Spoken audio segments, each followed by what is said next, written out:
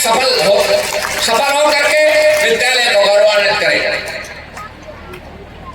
आज हमने देखा और मैं धन्यवाद देना चाहता हूं विशेष करके शिक्षिकाओं को, क्योंकि उन्होंने डायरेक्ट किया होगा जो बच्चों ने यहाँ प्रस्तुतिकरण किया है, यहाँ की शिक्षिकाओं ने उनको प्रोत्साहित किया होगा, मार्गदर्शन किया होगा।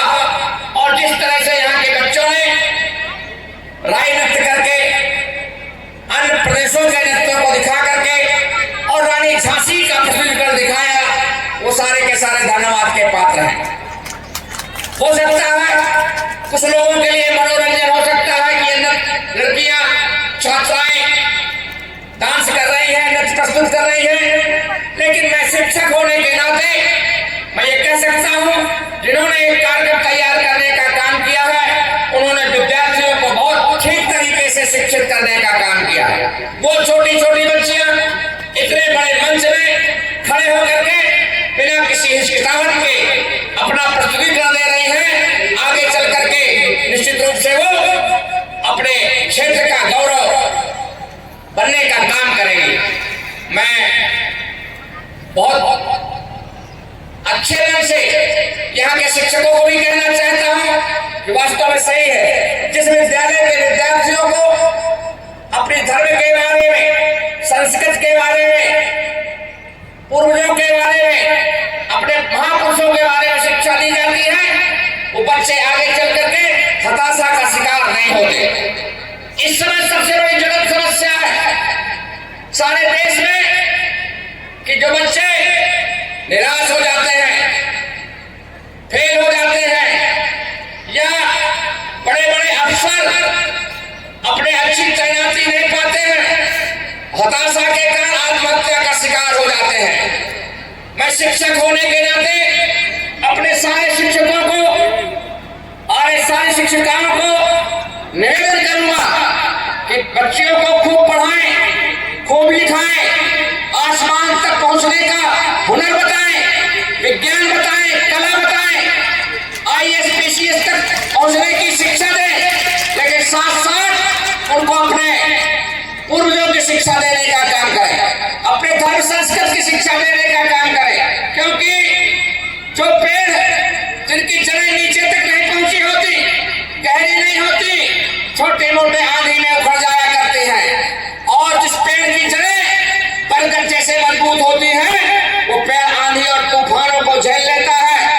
अगर बच्चों को रानी लक्ष्मीबाई का पाठ पढ़ाया गया, दिन का आपने प्रस्तुतिकरण करने का काम किया है, सारी बच्चियां देखेंगी, समझेंगी ये वो रानी थी, अभी उम्र तो 23 की थी, मर्द नहीं उतारी थी, हमको पाठ पढ़ाने आई पर स्वतंत्रता नारी थी, सिखा गई पर दिखा गई, हमको जो सीख सिखानी थी, खूब लड़े मर्दाने वह तो झांसी वाली रानी थी। तो जब ये देखेंगी कि 23 साल की उम्र में इस महारानी लक्ष्मीबाई ने अंग्रेजों को लोहे के चले चलवाने का काम किया था, उनके पति का देहांत हो गया था, अंग्रेजों ने आक्रमण कर दिया था, सेनाओं के पास गोला बारूद नहीं था, अगर वो कायर होती तो किले से कूद करके आत्महत्या कर लेती, लेकिन बहादुरी से उन्होंने सामना करने के बाद अपना बलिदान देने का काम किया। बच्चों को यही पढ़ाने का काम करें, आत्महत्या कायरता होगी। अगर आपको युद्ध करना है तो आप परिस्थितियों से युद्ध करें, परिस्थितियों का सामना करें। यही हमारे लिए शिक्षकों के लिए मेरा ये उपदेश होगा, निर्देश होगा और निवेदन होगा।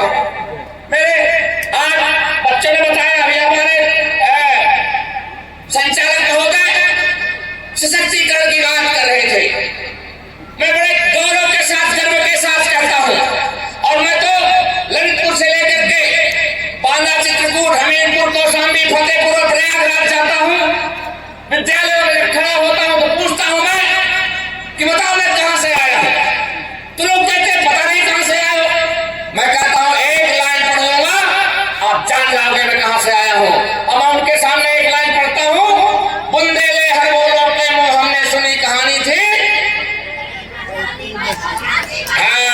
तो जब बच्चे कहते हैं खूब लड़ी मर्दानी में तो झांसी वाली रानी, तो मैं कहता हूं कि मैं उसी झांसी से आया हूं, मैं उसी से झांसी से आया हूं। और मेरे झांसी की लड़कियां, मेरे झांसी की महिलाएं चुनौती देते हुए दिखाई देते हैं सारे संसार को कि अब तुम 21वीं शताब्दी में सशक्तिकरण की बात करते हो, महिला सशक्तिकरण की। हमारे यहाँ से 19वीं शताब्दी में एक महारानी निकल करके आई थी जिनके बारे में कहा गया है गोरा पीले पीले पड़ गए, जिसको देख करके गोरा पीले पीले पड़ गए, एक जनी से डर गए। अब कछू लड़न आए बड़े होश पे, धरती बीच पसर गए। ऐसी महारानी के सेनाएं हैं, ऐसी महारानी हमारी। लोग कहते हैं जहां सारा का सारा संसार अंग्रेजों के गुलाम था, अंग्रेजों के जमाने में कभी सूर्य अस्त नहीं होता था, जहां वो जाते थे वहां दिन हुआ करता था। ऐसे अंग्रेजों से लोहा लेने की किसी की हिम्मत नहीं थी। हम कह सकते हैं जब लोग आजादी के तराने गाते हैं, 26 जनवरी 15 अगस्त मनाते हैं, तो हम कह सकते हैं हम बुंदेलखंड के वो लोग हैं जिन्होंने 15 अगस्त देने का काम किया है, 26 जनवरी देने का काम किया है। अगर 1857 में महारानी निकल करके नहीं आई होती तो फिर ये आजादी इतनी करीब से हमको नहीं मिलती। इसलिए मैं कह सकता हूँ, एक कवि ने लिखा है जाति राज न सूरज डूबे नाम सुने थे चौक पर है, सोई झांसी फिर फांसी बनकर अंग्रेजन के फरी करे, दिखा पड़ी काली की झांकी झांसी वाली रानी में, पानी डाल यहाँ का पानी आग यहाँ के पानी में।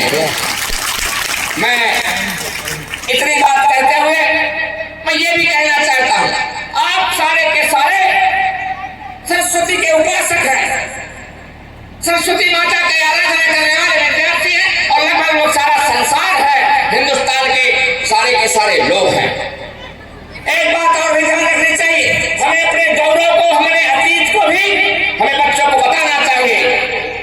हम बड़े बेवाकी से कह सकते हैं कि वह बुंदेलखंड है जहां से ज्ञान की धारा का प्रस्फुटन हुआ है, ज्ञान की धारा यहां से प्रभावित हुई है।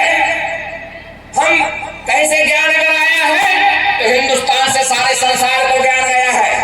आप माने और मानना पड़ेगा, ज्ञान का सबसे बड़ा स्रोत, उपदेश का सबसे बड़ा स्रोत भगवान कृष्ण के मुंह से जो कहा गया है, ऐसी गीता इस बुंदेलखंड में लिखी गई है, रामायण इस बुंदेलखंड में लिखी गई है, रामचरितमानस इस बुंदेलखंड में लिखी गई है। तो महाभारत, रामायण, रामचरितमानस, साकेत और रानी लक्ष्मीबाई लिखने वाले वृंदावन बुंदेलखंड के अगर इतने साहित्य को अलग कर दिया जाए तो सारे देश का ज्ञान कमजोर दिखाई पड़ेगा।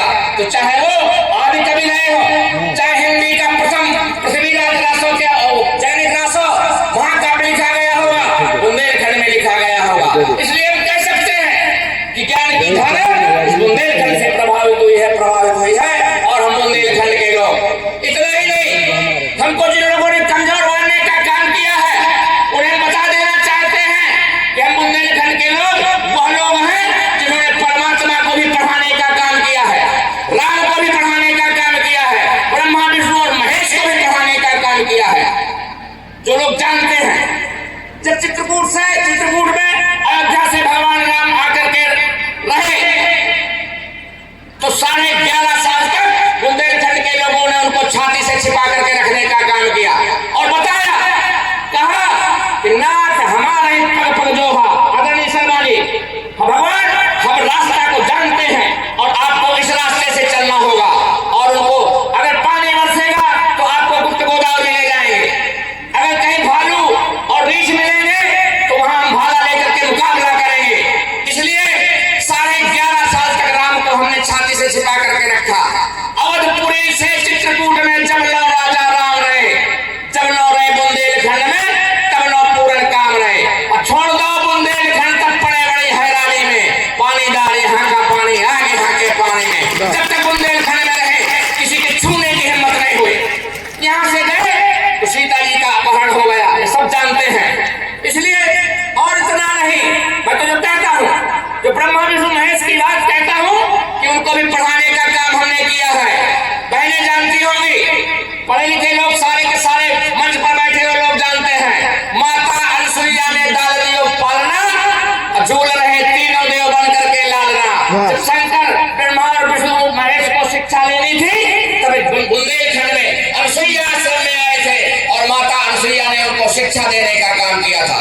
इसलिए बुंदेलखंड के प्रत्येक व्यक्ति को, बुंदेलखंड के प्रत्येक नारी को, बुंदेलखंड के प्रत्येक छात्रा को गौरवान्वित होना चाहिए कि हम बुंदेलखंड में पैदा हुए हैं और यह वह बुंदेलखंड है जिसने देश को आजादी देने का काम किया है, देश को साहित्य देने का काम किया है, देश को सर्वोदय देने का काम किया है। इसलिए हम भाग्यशाली हैं, सौभाग्यशाली हैं और मैं बधाई देना चाहता हूं ऐसे विद्यालय के प्रबंधकों को, विद्यालय के प्रधानाचार्य को, विद्यालय के सारे शिक्षक साथियों को